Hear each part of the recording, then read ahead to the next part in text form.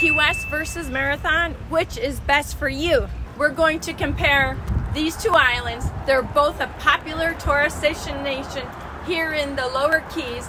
Along the way, we will figure out which key is better for you. Key West and Marathon are part of the Florida Keys, which both have beautiful beaches and a wide variety of activities to take advantage of throughout the year. They are also considered great retirement towns for many older people that come to the Florida Keys. But what makes one better than the other? How can you choose which location is the best place to reside in? Well, I'm going to share some ideas in this video.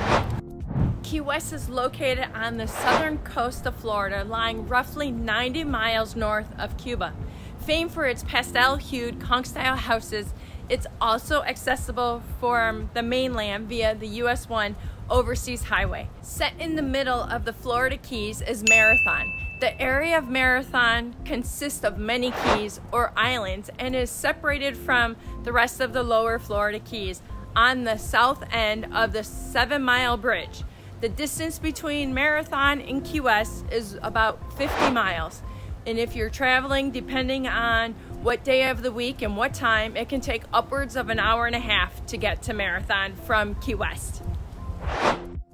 Key West is a walkable town since a lot of businesses and attractions are closer together, while many things in Marathon are a bit more spread out compared to Key West, which is a 2x4 island, where Marathon is roughly 10 miles long. So you will almost certainly have to drive to any restaurant or attraction in Marathon compared to Key West.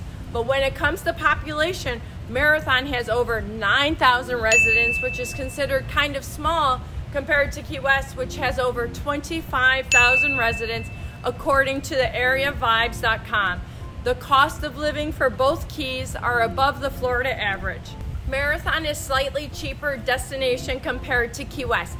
Key West has a large selection of art galleries, shops, beautiful old neighborhoods, tons of restaurants, chartered deep sea fishing, snorkeling, bikes and motorbikes that you can rent to tour the island, and the historic sites to see all around town. Downtown Key West has many art galleries, little t-shirt shops, bohemian style cafes, some big name stores like Coach, Banana Republic, to name a few. On Duval Street, you'll find many historic homes.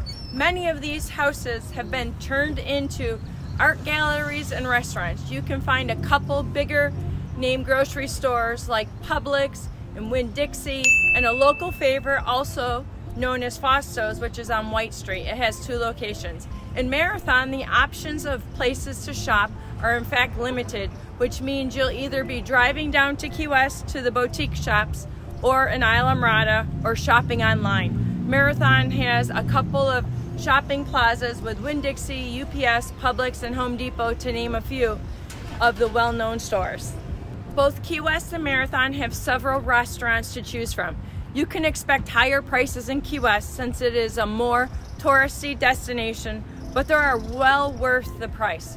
You can also find a good variety of local restaurants in Marathon, but not nearly the amount of options as Key West. To give you a better idea, Key West has well over 200 restaurants and bars, while Marathon has about a third of that amount. Key West also has a few more bars and nightlife places to choose from. You can find yourself in a traditional bar, a place to relax and have a drink, but you can also find places for live music and nightly events. Marathon, on the other hand, does not have a lot of places open late night like the places on Duval Street, and many tourists and locals alike like the action in Key West. Marathon might be considered a little bit of a quieter town. Leave me a comment below and tell me your thoughts about comparing these two cities.